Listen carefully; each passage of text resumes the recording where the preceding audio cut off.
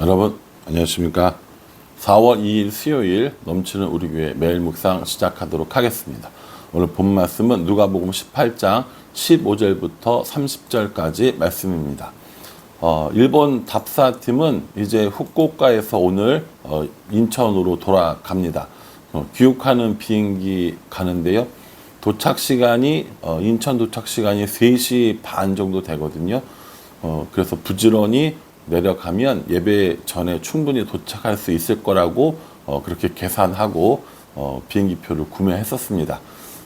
가는 길 마지막까지 안전하게 도착할 수 있도록 위해서 기도해 주시고요. 후쿠오카 안에서는 특별한 일정은 없고 비행기만 타고 이렇게 움직이는 걸로 했기 때문에 좀 이렇게 일정을 마무리하면서 여러 가지 이제 그 보고했던 것들을 종합해서 계획을 세워야 할 듯 합니다. 하나님께서 지혜 주셔서 이번 일본 단기 선교가 하나님의 은혜 가운데 진행되어질 수 있도록 계속해서 기도해 주시기를 부탁을 드립니다. 재미있었고요. 또 힘들었을 겁니다. 그러니 이 모든 시간 가운데 하나님께서 우리에게 주시는 계획들을 잘 캐치해낼 수 있도록, 그래서 그 길을 따라갈 수 있도록 기도해 주시기를 부탁을 드리겠습니다. 예수님께서는 지금 예루살렘을 향해 가고 계십니다. 많은 동네들과 또 많은 그 성들을 다니면서 이렇게 오고 계시는데 사람들이 예수님을 자꾸 번거롭게 하는 일이 생기는 거예요. 예수님 입장에서가 아니라 제자들을 볼 때 어떤 일이냐면 아이들을 자꾸 데리고 오는 겁니다. 지금 되게 바쁘잖아요. 되게 급하잖아요. 그런데도 불구하고 자꾸 예수님이 아이들을 안아주시는 겁니다. 여러분, 이 옛날에 이 시대 문화는요, 그 랍비들이 아이들을 안고 기도해주는 문화가 있었다고 합니다. 그래서 유명한 랍비가 마을에 오면 자기 아이를 데리고 가서 이렇게 기도받기를 원하고 이런 것들이 있었다고 하더라고요. 근데 그런 차원에서 이제 아이들을 이제 만져주시고 또 기도해 주시기를 원하셨던 거죠. 예수님께서 그 아이들을 다 물리치지 않고 다 안아주시고 다 기도해 주시는 거예요. 제자들이 뭐라고 이야기하냐면 15절에 사람들이 예수께서 만져주심을 바라고 자기 어린 아기를 데리고 오매 제자들이 보고 꾸짖건을 이렇게 이야기합니다.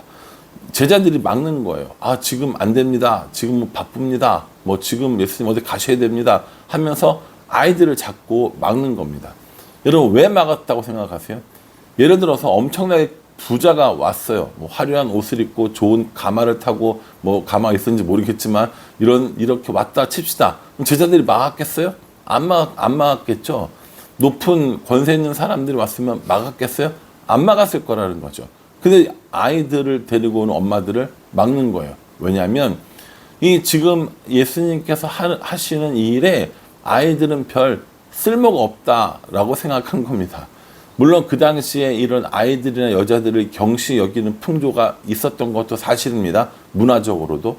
그럼에도 불구하고 제자들 생각에는 지금 예수님의 이 사역에는 어린 아이들은 별 소용이 없어라고 생각했던 것 같아요. 그러니까 막고 심지어 꾸짖기까지 하죠.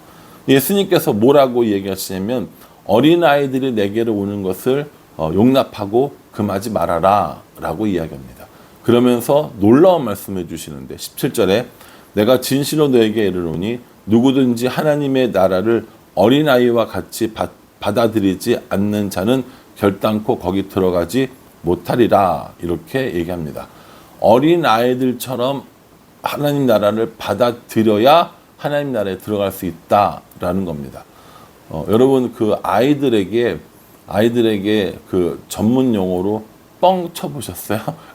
아이들에게 얘기하다가 내가 있잖아 우주를 날아갔는데 그럼 아이들이 거짓말 이렇게 안 하고 아이들이 우와 진짜요? 거긴 어떤데요? 이런 아이들이 있거든요.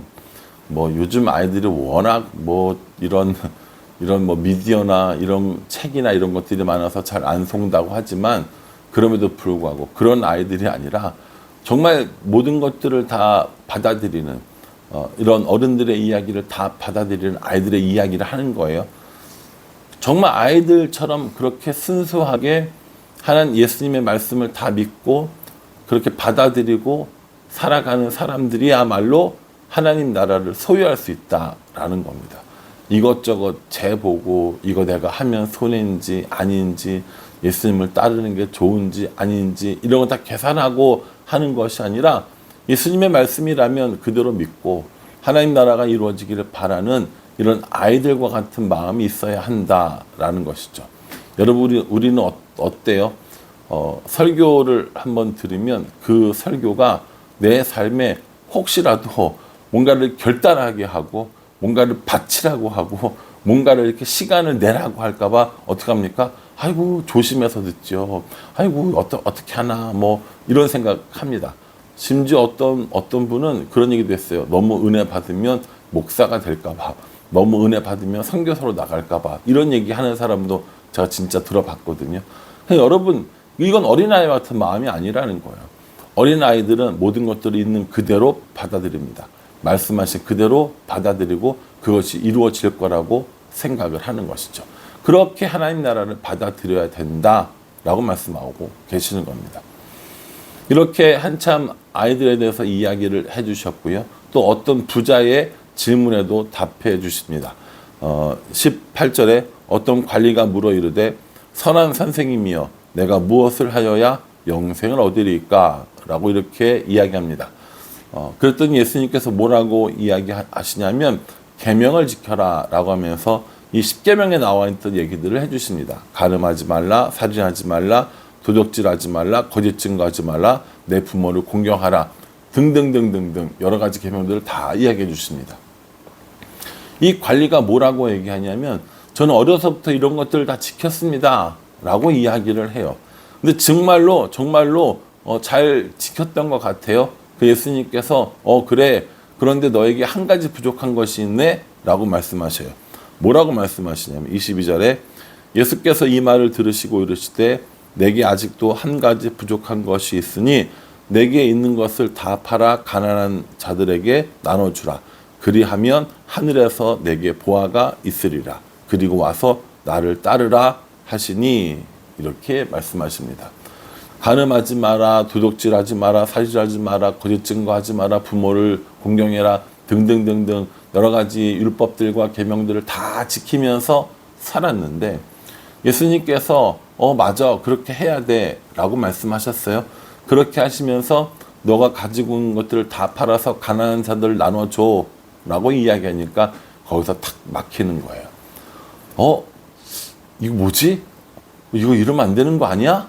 라고 생각을 하는 거예요. 왜냐하면 그 사람은 큰 부자였거든요. 큰 부자여서 이 말씀을 듣고 근심하며 돌아갔다고 그랬어요. 지금까지 계명을 지키는 건 내가 열심히 하면 되는 거잖아요. 그런데 문제는 뭡니까? 나의 것을 팔아다가 가난한 사람들에게 나눠줘야 되는 거 아니에요. 그러면 뭡니까? 내 것을 소비해야 되는 거란 말이에요. 그러니까 그거는 하기 싫은 거예요. 그거는 못하겠다라는 거예요. 여러분, 우리가 교회를 다니면서도 다른 어떤 말씀보다 이런 돈에 관한 말씀에 진짜 예민해지거든요. 뭐 저만 그런가요? 여러분들도 마찬가지잖아요. 누가 와서 예를 들어서 저는 설교하는 사람이니까 강사가 와서 뭐 저에게 뭐 이런 것들을 하십시오. 뭐 헌금을 더 많이 하고 이런 얘기 들으면 제 마음속 어떻습니까? 뭐지? 왜 그래야 되지? 이런 생각이 들어요, 안 들어요? 든다니까요. 저도 들어요, 그런 생각. 근데 뭐 여러분들 똑같지 않겠습니까? 제가 헌금에 대한 이야기들을 하고 뭐 예를 들자면 여러분 11조를 더 많이 해야 됩니다. 감상금을 더 많이 하십시오. 이렇게 하면 어떻습니까, 여러분? 목사님 뭐야? 돈 얘기하네? 딱 바로 이런 반응 올 거 아닙니까? 우리가 다른 어떤 것보다 이 돈의 문제에 되게 예민하거든요. 예수님도 이 사람에게 그 얘기 하신 거예요. 잘했어. 신앙생활 잘하네.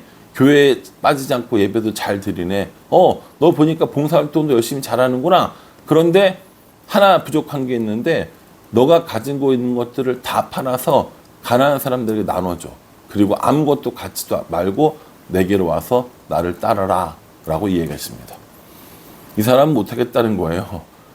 왜 이러세요, 예수님? 저는 그렇게는 못하겠어요 라고 이렇게 이야기합니다.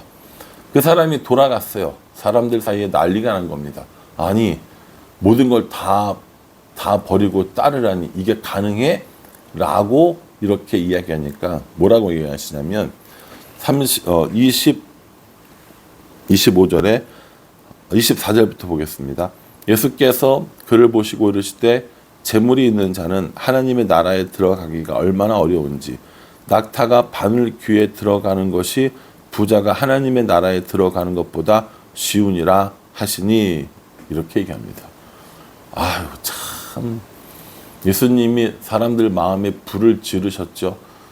지금 얘기 들어보니까 모든 것을 다 팔아 가난한 사람들에 나눠주고 나를 따르라 이것도 어려운 일인데 재물 있는 자는 하나님 나라에 들어가기 어려운데 낙타가 바늘구멍으로 들어가는 것보다 부자가 천국 들어가는 것이 하나님 나라에 들어가는 것이 쉽다 이 얘기해 주시는 거예요.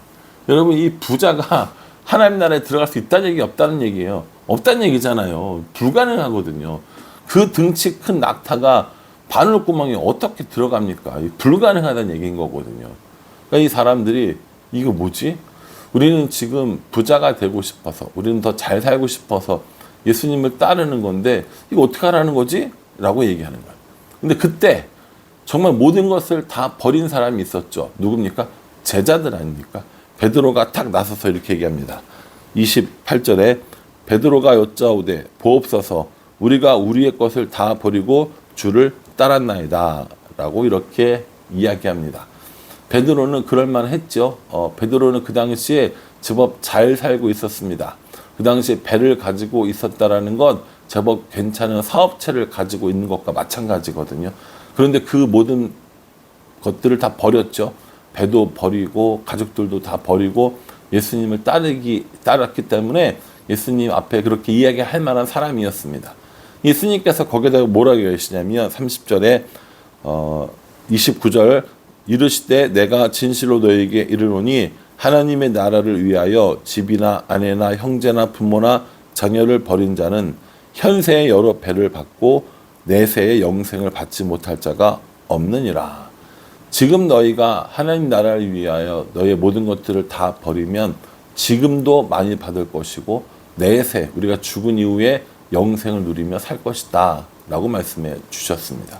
그러니 여러분 하나님 나라를 위하여 버리는 것이 손해라는 거예요? 아니라는 거예요? 아니라는 겁니다. 그래서 어떤 사람들은 하나님 나라를 위해서 사용하는 물질들을 거룩한 소비라고 얘기합니다. 하나님 나라를 위하여 사용하는 시간과 재능을 하늘에 쌓아두는 거라고 이야기합니다. 우리 눈앞에 있는 이런 어떤 돈이나 재능이나 시간들 이런 것들을 우리를 위해서만 쓰는 것이 아니라 가난한 사람들 그리고 하나님 나라를 위해서 사용할 때 그것이 지금 이 땅에서도 복을 누리는 방법이기도 하지만 우리의 영원한 천국에서 영생을 누리는 방법이기도 하다라는 겁니다. 이 이야기는 더 많이 바쳐라, 더 많이 시간을 내라 이 얘기가 아니라 우리가 지금 가지고 있는 것보다 하나님 나라가 훨씬 더 중요하다. 이 땅에서 누리는 것보다 내세에서 누리는 것이 훨씬 더 의미가 있다라고 하는 걸 말씀하시는 겁니다. 부자가 하나님 나라에 들어가기 어려운 이유는 하나님 나라를 생각하기보다 돈을 더 생각하기 때문이라는 겁니다. 그러니 우리 예수님께서 우리에게 해주신 말씀은 너희의 마음이 온전히 하나님께 드려지기 원하고 너희들의 삶의 우선순위가 돈이 아니라 하나님이 되기를 바란다 라고 말씀하시는 거예요. 이렇게 할 때 하나님 나라를 살 수 있다라는 겁니다. 냉정하게 지금 우리들의 모습은 어떻습니까? 베드로의 고백처럼 주님 우리가 모든 것들을 다 버리고 주님을 따랐습니다 라고 고백하는 사람인지 아니면 예수님도 따르지만 이건 좀 가지고 있어야겠습니다. 이게 있어야 제가 좀 풍요롭고 제가 좀 편한 삶을 사니까 제가 이건 좀 가지고 있겠습니다 라고 얘기하는 사람은 아닌지 한번 생각해 봐야 한다라는 겁니다. 모든 것을 다 버리고 주를 따르는 사람을 제자라고 부르고 자기의 부요함을 위해서 살아가는 사람들을 부자라고 부르는 겁니다. 여러분 부자로 사시겠어요? 제자로 사시겠어요? 부자가 아니라 제자로 살았으면 좋겠습니다. 왜냐하면 그렇게 제자로 따르는 사람들에게 하나님께서 또 다른 놀라운 축복들을 약속해 주셨기 때문입니다. 그러니 저와 여러분 이 말씀 기억하시면서 부자로 살지 않고 제자로 사는 그런 은혜를 누리기를 주님의 이름으로 축복합니다. 기도하겠습니다. 하나님, 부자로 살아가면 마음을 돈에게 뺏깁니다. 제자로 살아가면 마음에 온전히 하나님 나라를 이루며 살아갈 수 있습니다. 그러니 부자로만 살지 않고 제자로 살 수 있도록 도와주시옵소서. 그래서 이 땅에서 누리는 복, 영원한 하나님 나라에서 누리는 복을 가지고 살아가는 우리가 될 수 있도록 은혜 베풀어 주시옵소서. 예수님의 이름으로 기도합니다. 아멘. 예수님의 사역이 점점 진행되어질수록 우리가 받기 어려운 말씀들을 해주시는 거, 맞습니다. 그러나 그 말씀에 아멘으로 따라갈 때 우리들의 삶이 하나님이 기뻐하시는 삶이 되는 겁니다. 이 말씀 꼼꼼히 묵상해 보시고요. 하나님의 나라를 소유하는 우리가 되기를 간절한 마음으로 기도하겠습니다. 감사합니다.